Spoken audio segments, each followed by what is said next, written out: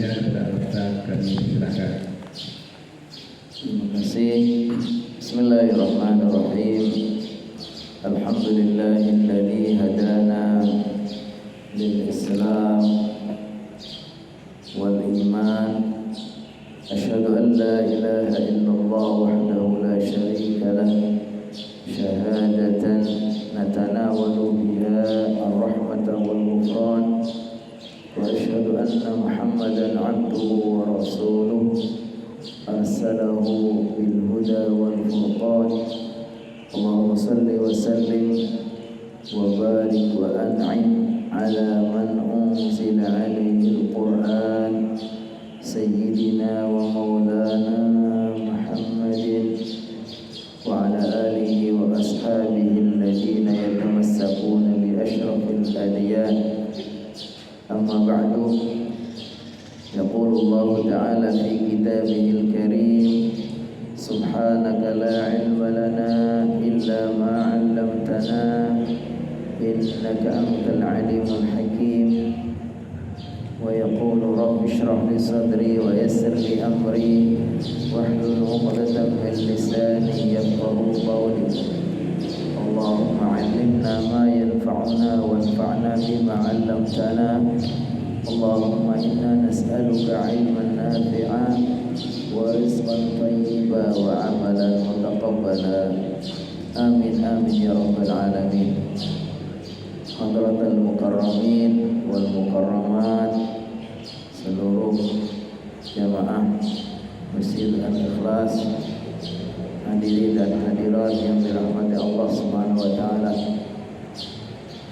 Kembali marilah sama-sama kita memanjatkan pujian dan syukur kehadirat Allah Subhanahu wa taala yang karena taufik dan hidayahnya, limpahan rahmat dan ridhonya, kembali kita semua pada pagi yang penuh berkah ini. Allah mudahkan kita untuk bersama-sama menyambut seruan Allah, segera bergegas untuk bersama-sama sholat subuh berjamaah. Kemudian kita akan sama-sama lanjutkan kajian kita, yaitu kitab An-Nasaih Ad-Diniyah wal Wasaya Al-Imaniyah, yaitu nasihat-nasihat agama dan pesan-pesan keimanan yang akan kita sama-sama lanjutkan. Pertemuan sebelumnya kita tengah membahas 3 golongan orang terkait dengan bagaimana mereka menyikapi dunia.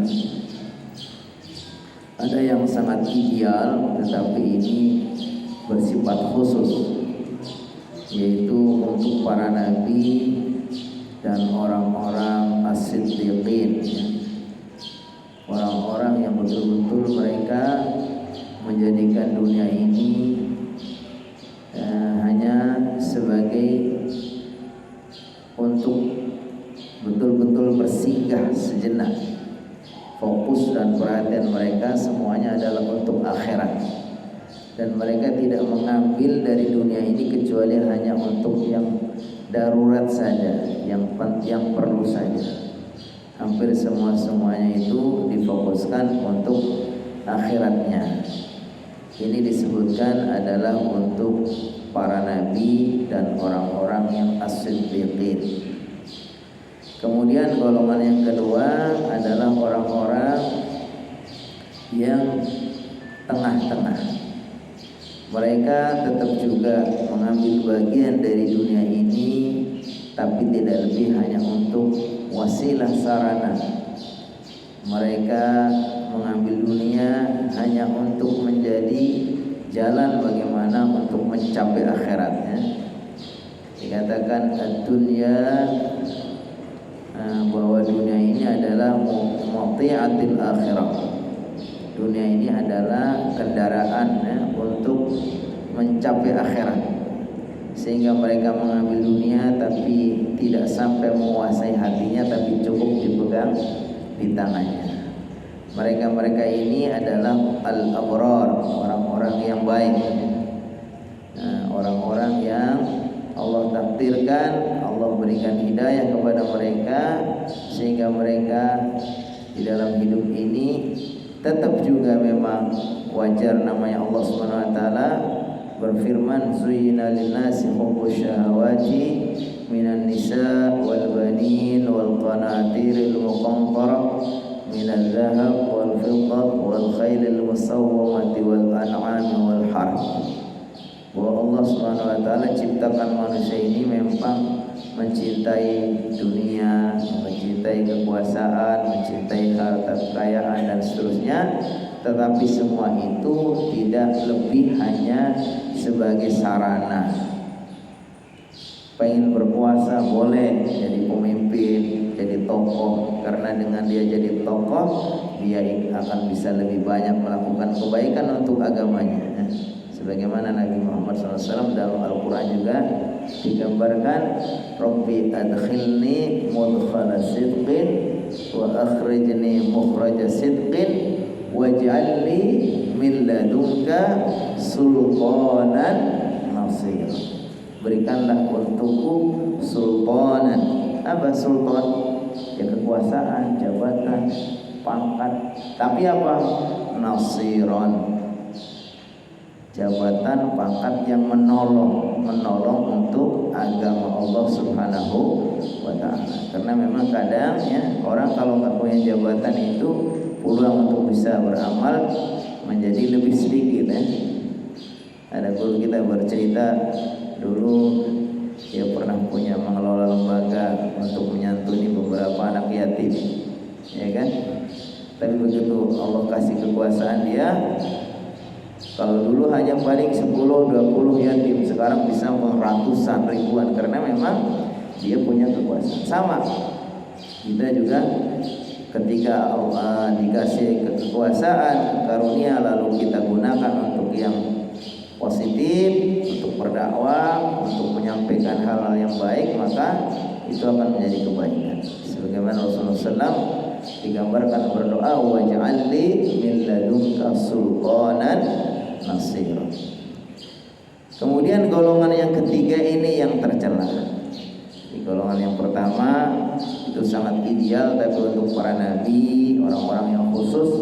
Yang kedua ini orang-orang baik, al-abrar ya. Ini mungkin bisa kita tiru ya. Bagaimana kita menjadikan dunia ini hanya untuk kendaraan saja, tidak sampai menguasai hati kita ya. Nah, yang ketiga ini termasuk yang al-maghrurun, orang-orang yang tertipu, terperdaya oleh dunia. Siapa? Yang mereka adalah orang yang berlebihan di dalam mencintai dunia sampai melalaikan akhirat. Orang yang menjadikan dunia ini untuk tujuan, bukan hanya sebagai sarana, tapi untuk menjadi tujuan. Seolah-olah kalau hidup ini ya memang untuk dunia ini ya, sehingga dia apapun dia lakukan untuk meraih dunia itu, dan dunia itu menguasai dirinya, menguasai hatinya, sampai tertutuplah hatinya untuk mengingat akhirat, untuk menyiapkan bagaimana kehidupan sesudah mati. Nah ini golongan yang ketiga ini golongan yang tercela. Makanya di sini disebutkan untuk kelanjutannya hendaknya kita jangan sampai seperti golongan yang ketiga. Bagaimana caranya? Di antara untuk bisa mengobati orang-orang yang terperdaya oleh dunia adalah al-iktsaru min dzikril mauti. Yaitu di antara cara untuk mengobati orang-orang yang mabuk dunia, seolah-olah dunia ini sudah segala-galanya, nggak ingat bagaimana nanti setelah itu akan mati. Maka di sini disebutkan annal iktsaru min dzikril mauti mustahabbun wa marghabun fihi. Sesungguhnya memperbanyak mengingat mati itu sangat dianjurkan dan sangat dihimbau. Kenapa? Walahu manafi' wa fawaid. Karena dengan mengingat mati ini banyak sekali manfaatnya dan faedahnya. Terutama tadi mengobati orang-orang yang terperdaya oleh dunia. Minha qasrul amal. Di antara faedah orang yang mengingat mati itu akan menjadi pendek angan-angannya. Pendek angan-angan itu maksudnya dia mengambil dunia hanya ya seperlunya, ya. Yang digambarkan dalam hadis, kun fid dunya ka'annaka gharibun aw 'abiru sabilin. Ketika Rasulullah SAW berpesan kepada Ibnu Abbas, jadilah kamu di dunia ini hanya seperti orang yang mengembara. Kemudian beliau mengatakan, idza asbahta fala tantadhiril masa wa idza amsayta fala tantadhirus sabah. Kalau kamu di pagi hari jangan mesti harus tunggu sore hari, karena kita nggak tahu sampai kapan. Jangan-jangan umur kita nggak sampai sore, ya kan? Wa idza amsayta fala tantadhirus sabah. Begitu juga kalau di sore hari, jangan yakin banget bahwa umur kita akan sampai besok pagi. Artinya di sini qasrul amal. Jadi orang yang banyak mengingat mati, di antara faedahnya adalah menjadi pendek angan-angan. Jadi pendek angan-angan itu maksudnya angan-angan yang terhadap dunia, cintanya kepada dunia itu tidak berlebihan. Tapi dia selalu berpikir bahwa sebentar lagi mati, sehingga dia terus bersungguh-sungguh untuk melakukan amal-amal soleh untuk bekal ketika dia mati. Yang kedua, az-zuhdu fid dunya. Manfaat yang lain dari orang yang banyak mengingat mati adalah az-zuhdu fid dunya. Zuhud. Zuhud itu pengertiannya adalah lebih mengutamakan akhirat daripada dunia.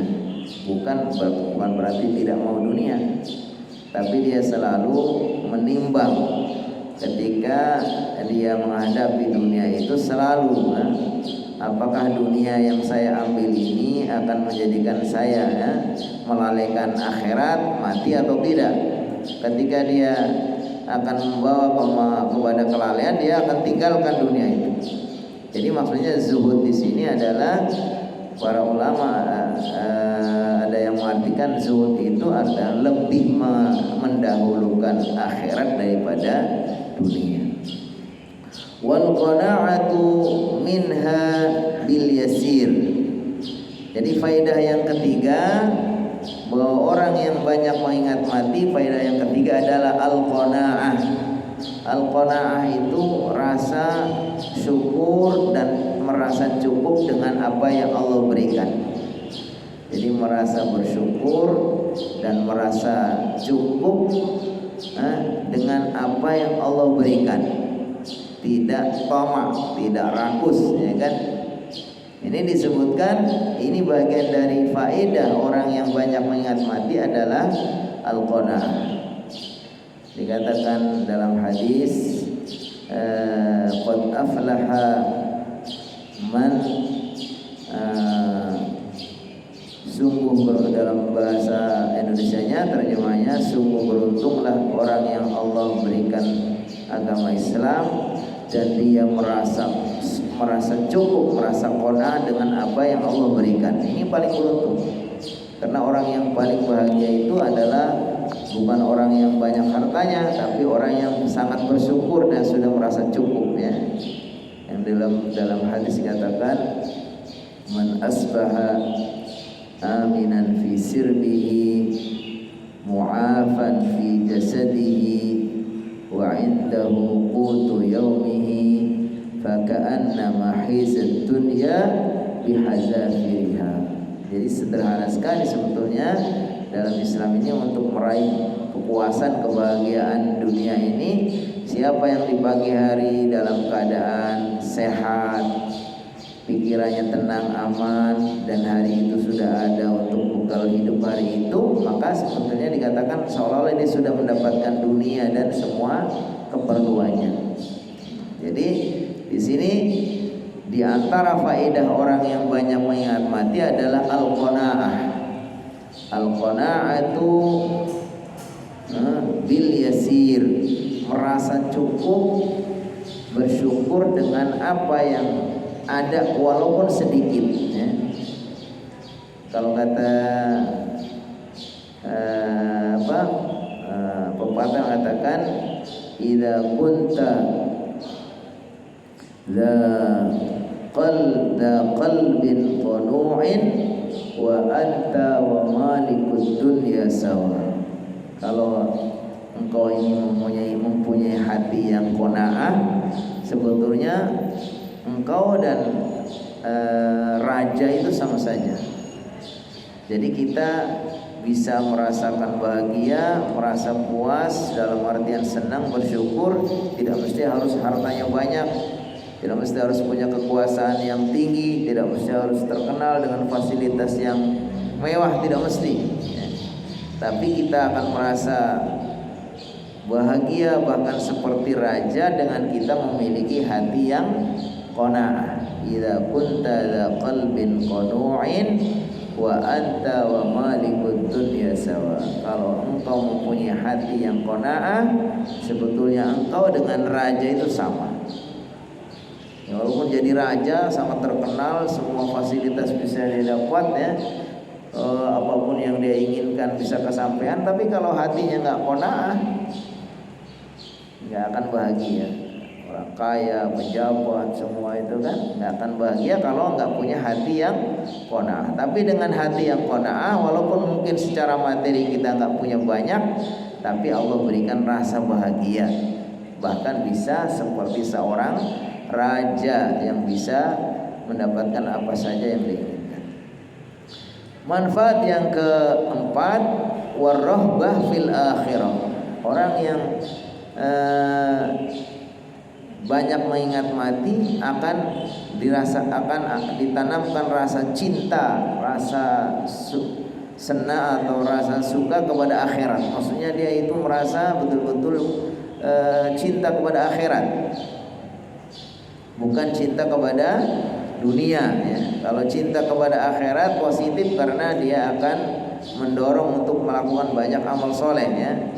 Tapi kalau cinta dunia justru sebaliknya, menjadikan orang itu lalai kepada akhirat, sehingga dia tidak bersiap-siap dengan melakukan berbagai macam amal soleh.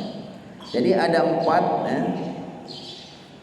Ada 5 ya. Yang pertama adalah tadi pendek angan-angan. Yang kedua zuhud di dalam dunia. Kemudian qanaah. Kemudian cinta kepada akhirat. Yang berikutnya adalah wa tazawwudu laha bil a'malis shalihah. Mendorong orang untuk melakukan bekal diri, tazawwud, berbekal diri, laha, untuk akhirat, bil a'malis shalihah, dengan banyak melakukan amal soleh. Jadi manfaat yang lain dari orang yang mengingat mati itu, dia akan segera dia itu berbekal diri bil a'malis shalihah, dan berbagai macam amal soleh.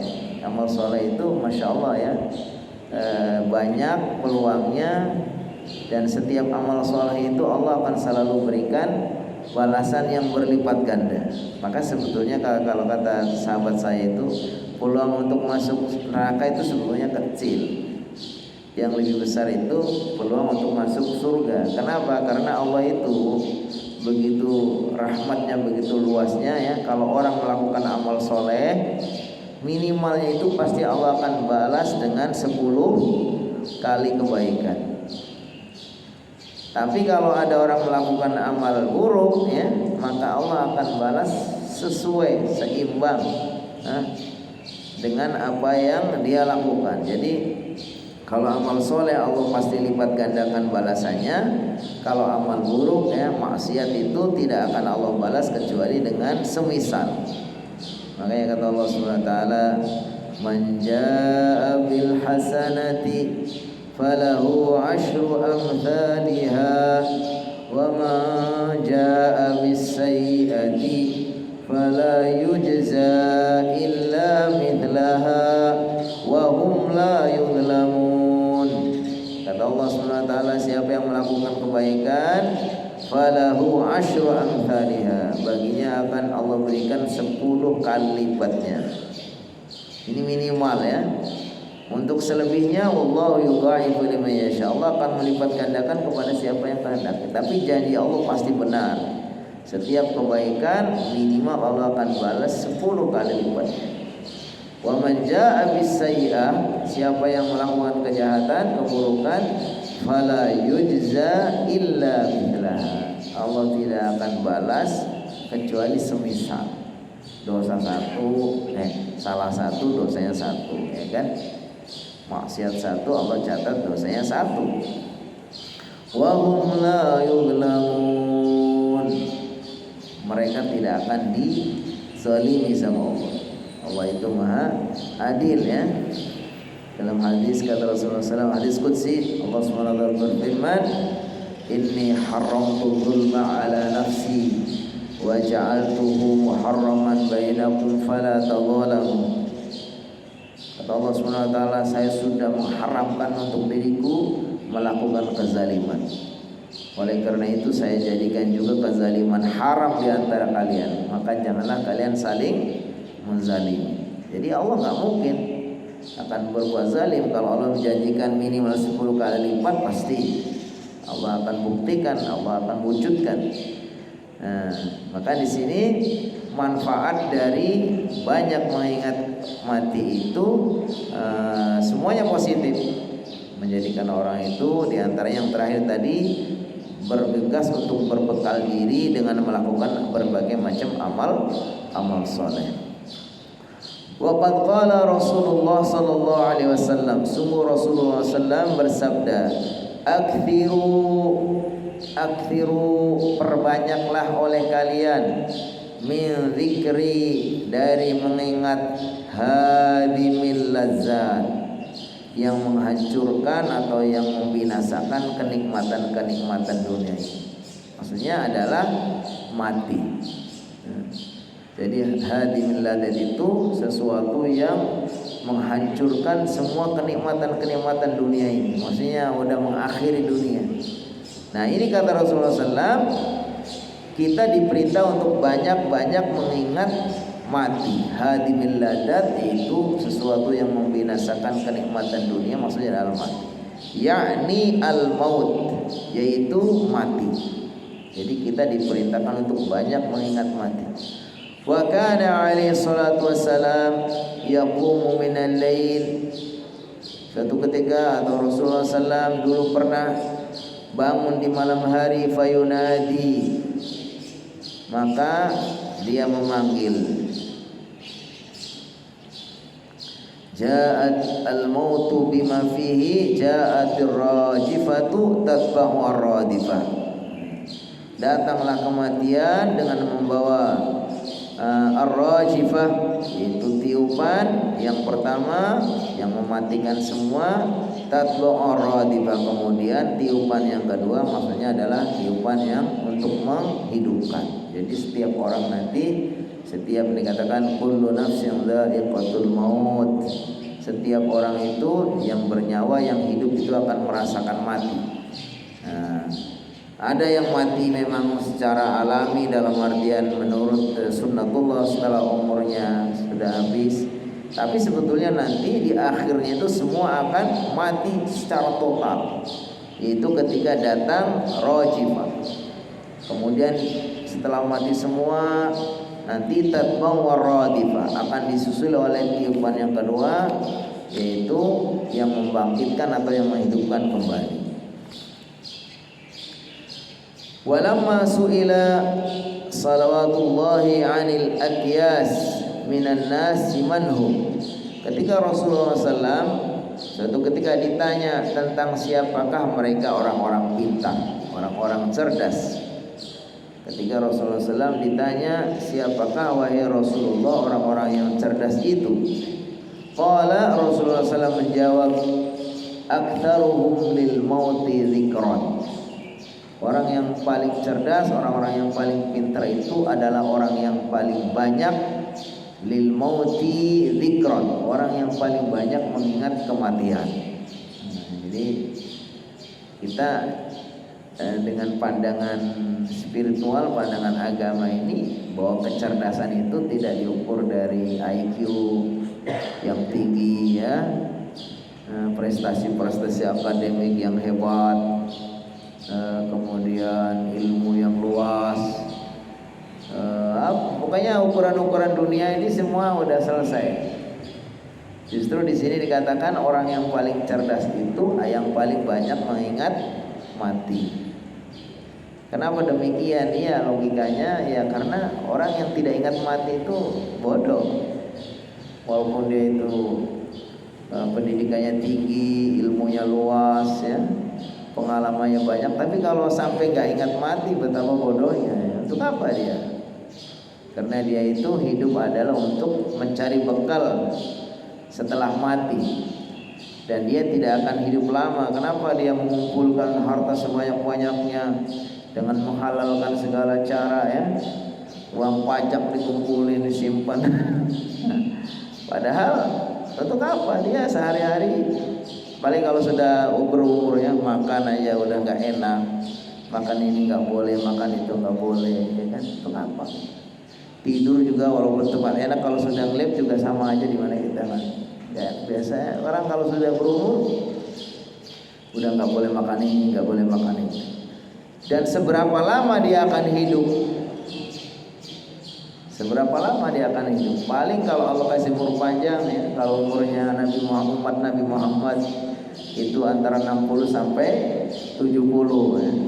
Wa qalilun man yujawizu dzalik, dan sedikit orang yang lewat dari 70. Kata Rasulullah sallallahu alaihi wasallam, a'maru ummati ma baina 60 wa 70 wa qalilun man yujawizu dzalik.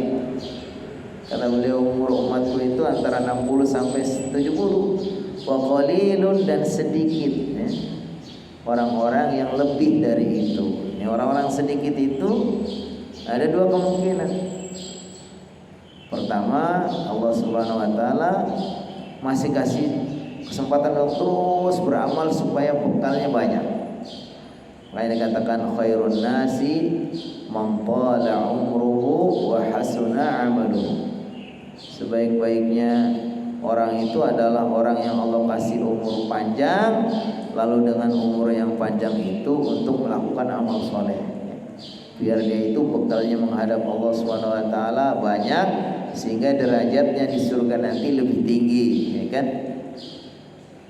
Tapi boleh jadi orang yang dikasih umur panjang itu Allah kasih kesempatan, mungkin dia belum cukup bekal, mungkin belum tobat, mungkin belum baik. Allah tunggu nih sampai kapan dia itu, siapa tahu nanti akhirnya akan sadar kembali kepada Allah setelah baik, kemudian Allah cabut, Allah panggil. Nah ini kan bisa juga. Tapi intinya bahwa orang-orang yang umurnya lebih dari 70 itu dikatakan Rasulullah SAW itu sedih. Ya persoalannya kalau orang itu ya kebutuhan untuk dunia ini ya, apalagi kalau sudah semakin tua ya kan, umur tidak panjang, untuk apa kita berlebihan ya, sampai kita melalaikan akhirat. Padahal nanti kalau kita hartanya sudah banyak, berbagai macam sudah kita dapat, sudah kita raih, kemudian kita mati, nggak ada yang menjadi bekal kita. Karena yang menjadi bekal kita yang hakiki adalah apa yang kita jadikan sebagai amal soleh, dengan infaknya, dengan sedekahnya, dengan digunakan untuk melakukan kebaikan-kebaikan. Nah itu disebutkan di sini bahwa yang cerdas itu bukan yang pinter secara akademis, secara keilmuan, tetapi yang pinter, yang hakiki adalah orang yang mengingat, orang yang banyak mengingat mati. Wa ahsanuhum lahu isti'dadan, dan orang yang terbaik di antara mereka lahu untuk kematian isti'dadan, persiapannya. Yang paling banyak mengingat mati dan yang paling banyak, yang paling baik persiapannya untuk mati. Berarti kalau persiapan untuk mati nggak ada lain apa? Ya melakukan berbagai amal soleh ya kan. Sholat lima waktu, bisa berjamaah ya. Karena langkah-langkahnya aja ke masjid itu dikatakan dalam hadis, di antara amal yang Allah sangat cintai adalah apa? Menunggu wantidharus salati ila salat. Di antara amalan yang sangat Allah cintai adalah menunggu dari satu salat ke salat yang berikutnya. Jadi orang itu datang waktu zuhur, selesai sholat zuhur nanti nggak lama lagi sudah nunggu ya, udah gelisah aja, udah asar apa belum. Nah, udah selesai asar nanti udah maghrib belum, nunggu. Bahkan sebelum waktunya sudah siap-siap ya, nunggu untuk waktu sholat ya kan. Itu amalan yang sangat Allah cintai. Kemudian apa? Wa kasratul khuta ilal masajid. Antara amalan yang Allah cintai juga adalah langkah-langkahnya ke masjid. Jadi sering ya, kalau satu hari kita sholat berjamaah 5 kali, berarti 5 kali kita ke masjid. Langkah-langkahnya apa? Ihdaha tahuttul khati'ah wal ukhra tarfa'ud darajat. Langkah-langkahnya itu yang satunya akan menghapus dosa-dosa kita, yang satunya lagi akan mengangkat derajat. Jadi kalau kita masih banyak dosanya akan dihapus dengan langkah-langkah kita ke masjid. Kalau sudah enggak berdosa, maka itu akan menjadi tabungan yang akan mengangkat derajat kita. Ya, nanti di akhirat makanya itu prestasi amal yang menentukan bagaimana kemuliaan atau derajatnya di sisi Allah Subhanahu wa taala. Sampai dalam membaca Al-Qur'an juga begitu kan. Orang-orang yang rajin membaca Al-Qur'an nanti dikatakan yuqalu li sahibil Qur'an iqra warqa wartaki kama kunta turattilu fid dunya fa inna manzilataka 'inda akhir ayatin taqra'uha. Jadi nanti kepada orang-orang yang rajin membaca Al-Qur'an, membaca, menghafal ya, memahami, mengamalkan, itu akan dikatakan kepada mereka iqra, bacalah. Maksudnya sambil kita disuruh membaca, tapi membacanya ini bukan membaca sebagai beban perintah kayak di dunia, tapi ini adalah membaca sebagai penghormatan ya, seolah-olah itu Allah SWT ngasih penghargaan kepada orang-orang yang ahli Quran, disuruh membaca dan naiklah kamu ke tangga-tangga surga, sesungguhnya tempatmu itu nanti di akhir ayat yang kamu baca. Maksudnya semakin banyak orang membaca Al-Quran, maka akan semakin tinggi tempatnya di sisi Allah Subhanahu wa taala. Ulaikal aqyas, kata Rasulullah SAW, ini orang yang banyak mengingat mati dan sangat baik persiapannya untuk sesudah mati atau untuk kematian. Ulaikal aqyas, mereka lah orang-orang yang cerdas yang sebenarnya. Zahabu bi syarafid dunya wa na'imil akhirah. Mereka akan berjalan, maksudnya mereka melalui hidup ini dengan kemuliaan dunia, wa na'imil akhirah, dan kenikmatan akhirat. 5 menit lagi. Walaysa kullu dzikrul mautin nafi huwa an yaqula al-insan bi lisanihi fa inna dzalika qalilul manfa'ah bal la budda ma'a dzalika min tafakkuril qalbi wa istighdari 'inda dzikril maut bil lisan. Disebutkan bahwa yang dimaksud mengingat mati itu bukan hanya diucapkan dan hanya dilintaskan dalam hanya diucapkan dengan mulut, tetapi yang dimaksud adalah mengingat mati adalah la budda min tafakkuril qalbi wastighdarihi, itu harus menghadirkannya di dalam hatinya, tidak cukup hanya sekadar di mulut. Kaifa yakunu halu 'indal mauti wa ahwalihi wa sakaratihi, itu selalu mengingat bagaimana nanti kalau saya mati, bagaimana nanti nasib saya, bagaimana ketika sakaratul maut dan seterusnya. Qala ba'dus salaf, sebagian ulama salaf mengatakan unzur kulla syai'in tuhibbu an ya'tiyakal maut wa anta 'alaihi falzamhu. Maka kamu perhatikan kemudian apa saja yang kira-kira membuat kamu mengingat mati, kemudian sering-seringlah atau teruskanlah melakukannya. Jadi kita harus berupaya untuk melakukan atau mengkondisikan diri kita yang kira-kira kita menjadi sering mengingat kematian. Makanya ada syariat apa?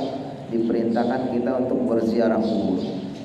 Kata Rasulullah SAW, kuntu nahaitukum an ziyaratil quburi fazuruha fa innaha tudzakirukumul akhirah. Kata Rasulullah SAW, dulu memang saya pernah melarang kalian untuk berziarah kubur. Kenapa? Karena di awal-awal itu kondisi umat Islam di awal-awal mungkin masih rawan, rawan takut masih kembali kepada zaman jahiliyahnya yang masih mempertuhankan batu, kayu, kemudian masih percaya kepada hal-hal yang sifatnya kemusyrikan. Tetapi setelah mereka paham dengan agama Islam yang keimanannya sudah paham, iman sudah kuat, lalu Rasulullah SAW justru memerintahkan fazuruha, maka sekarang silakan kalian untuk berziarah kubur. Kalau dulu saya larang karena takut kalian melakukan hal-hal macam-macam, nanti kalian terjerumus kepada kesyirikan. Tapi setelah mereka aman, paham dengan akidah Islam yang lurus, tidak akan melakukan hal-hal yang membawa kepada kemusyrikan, maka disuruh berziarah. Fazuruha. Lalu Rasulullah menyebutkan apa manfaatnya? Fa innaha tudzakirukumul akhirah. Karena dengan ziarah kubur itu kalian akan diingatkan dengan akhirat. Wa amma karahiyatul mauti fa amrun tabi'i la yakadul insanu yanfaqu anhu. Disebutkan memang bahwa ketidaksukaan kepada mati, itu benci kepada kematian itu amrun tabi'i, perkara yang tabiat manusia. Jadi setiap manusia itu yang nggak mau mati gitu. Makanya kehidupan ini ya adalah kenikmatan yang sangat besar ya, Allah Subhanahu wa taala berikan hidup. Tapi persoalannya suka atau tidak suka pasti orang akan mati. Tapi setiap orang punya karakter, punya watak bahwa dia itu tidak suka kepada kematian. Wa dzalika li'annal mauta mu'limun fi nafsihi. Karena memang mati itu ya menyakitkan untuk dirinya. Bagaimana ketika sakaratul maut, pasti orang itu akan takut. Wa mufarriqun bainal insani wa baina mahbubatihi wa ma'lufatihi min dunyahu. Dan dunia ini akan memisahkannya di antara teman-temannya dan orang-orang yang dicintainya. Nah, jadi memang sudah menjadi karakter bawaan manusia, orang tuh tidak mau mati. Makanya ada ungkapan saya ingin hidup 1000 tahun ya kan? Ya memang manusia itu punya keinginan pengen hidup panjang. Tapi ya tadi bahwa mati itu sesuatu yang dikatakan ya man bidunya washtaghal qad harraka tulul amal. Wahai orang-orang yang disibukkan dengan dunia, sungguh engkau telah terperdaya oleh angan-angan panjang. Wal mautu ya'ti baghtatan. Pada yang namanya mati itu datangnya tiba-tiba. Pasti datang. Kullu nafsin dha'iqatul maut, datang ya kan? Dikatakan walau kuntum gimana fi burujim musyayyada, walaupun kamu itu dibentengi dengan benteng yang sangat kokoh ya, yang mungkin sudah tidak bisa lagi masuk apapun di situ, tetap saja yang namanya malaikat maut itu akan datang ya. Nah, makanya disebutkan di sini ya bahwa mengingat mati itu merupakan ketidaksukaan kepada kematian itu merupakan satu tabiat manusia. Tetapi ya, kita harus lawan.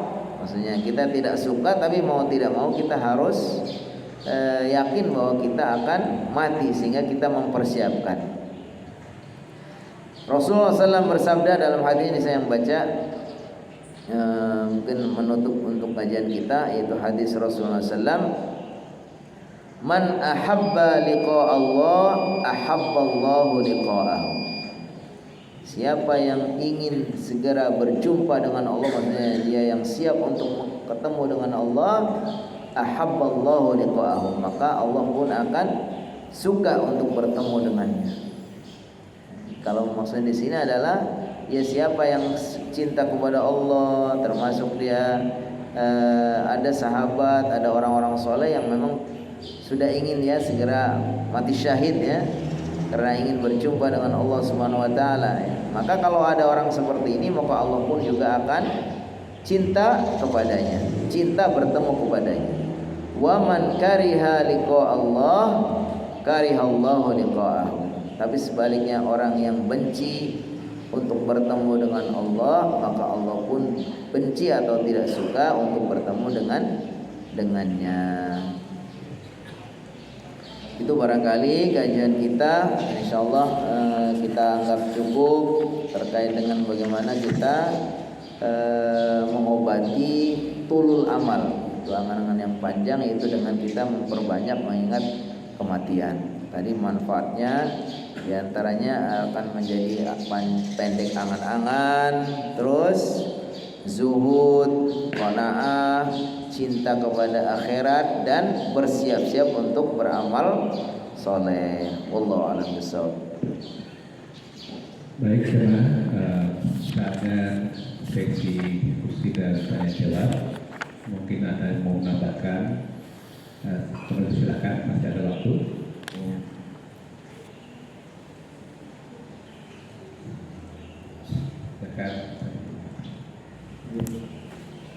Bismillahirrahmanirrahim. Assalamualaikum warahmatullahi wabarakatuh. Waalaikumsalam warahmatullahi wabarakatuh. Alhamdulillah, dari penjelasan yang disampaikan Ustaz tadi memberikan suatu tambahan keimanan. Namun di sisi lain ada berkaitan dengan dunia ini, ada kekhawatiran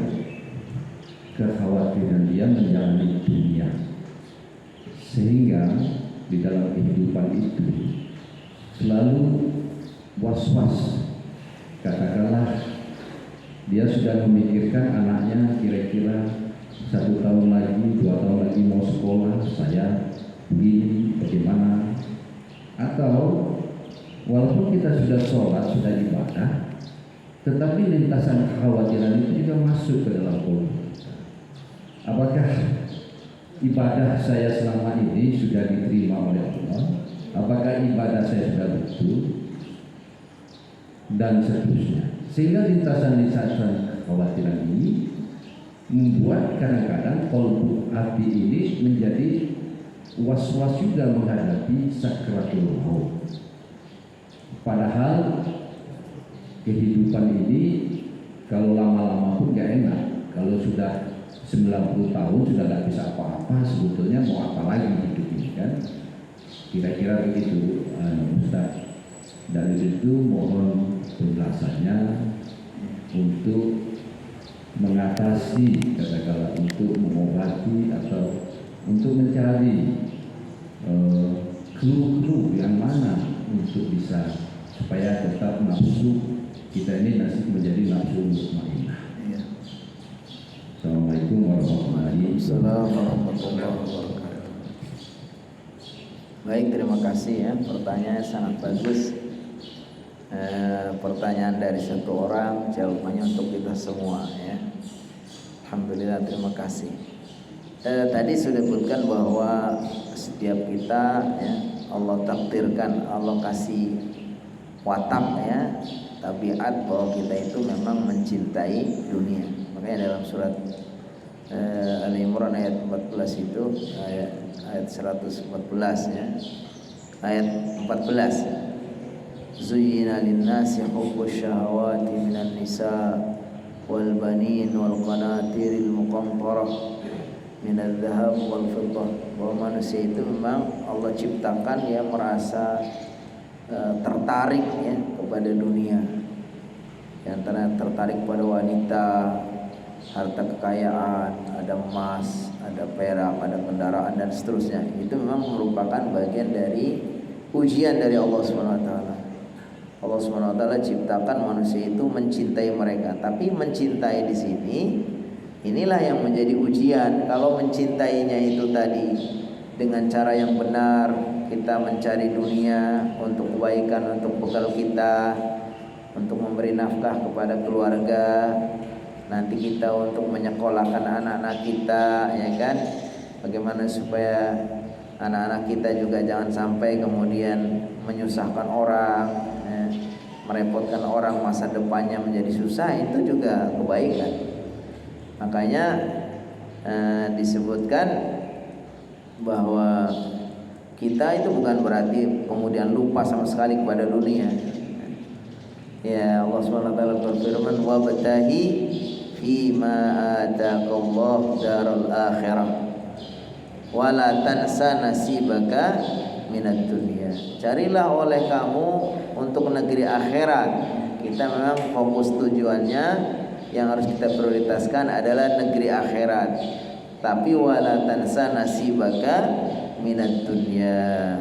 Tapi jangan sampai kita melalaikan dunia, bahwa kita ini orang hidup, butuh bekal, ya kan? Segala sesuatu kita ini butuh dunia, ya kan?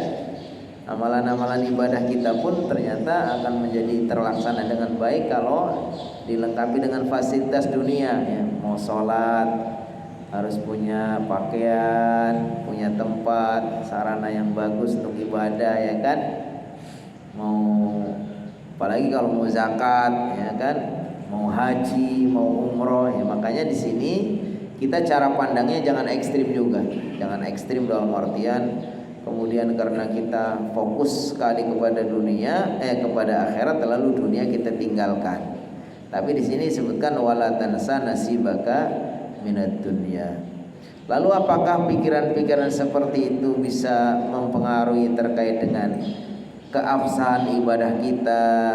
Mungkin kalau keabsahan tidak, tapi kekhusyuan, ya.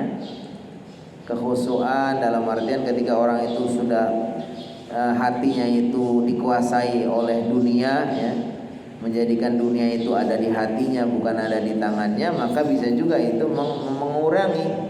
mengurangi kekhusyuan, karena khusyuk itu terkait dengan keterpautan hati dengan Allah, dengan akhirat.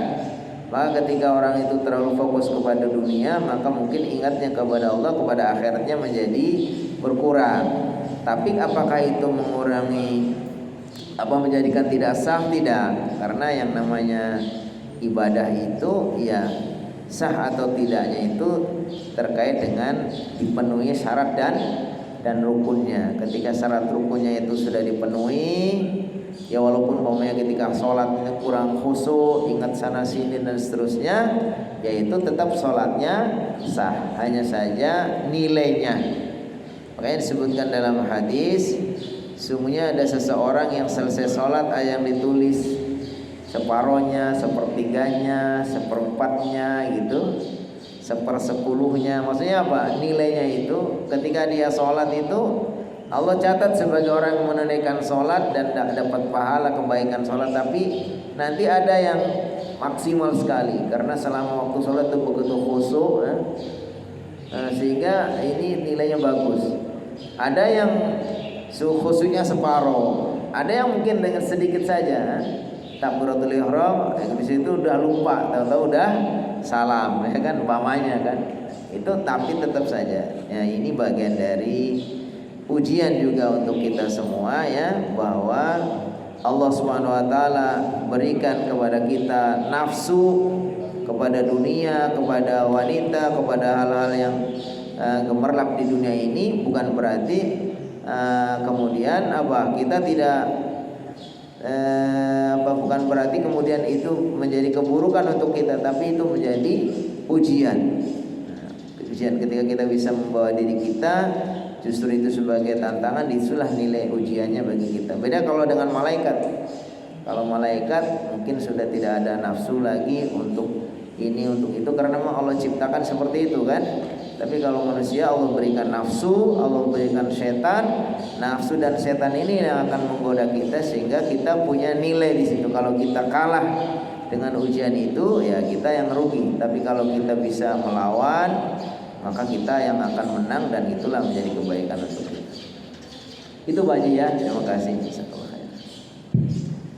Masih ada sepakat kalau ada yang mau nambah pertanyaan atau Silakan. Mau lagi silakan. Cukup. Cukup ya. Di sebelah kanan ada mungkin. Ibu-ibu ada. Oh ya, ada ibu juga ya di belakang. Silakan. Ibu belum pernah nanya. Gak mesti harus bertanya. Nambah juga boleh, menambahkan. Kalau nggak bertanya, nggak nambah berarti udah pinter semua ya. Kita cukupkan saja. Baik, kalau tidak ada pertanyaan, mungkin kita cukupkan. Insya Allah kajian pagi ini bisa menambah ilmu dan kita bisa mengamalkannya dalam kehidupan sehari-hari. Kita tutup dengan bacaan hamdalah dan doa penutup majelis. Alhamdulillahirabbil alamin. Subhanakallahumma wa bihamdika asyhadu an la ilaha illa anta astaghfiruka wa atubu ilaik. Assalamualaikum warahmatullahi wabarakatuh. Waalaikumsalam warahmatullahi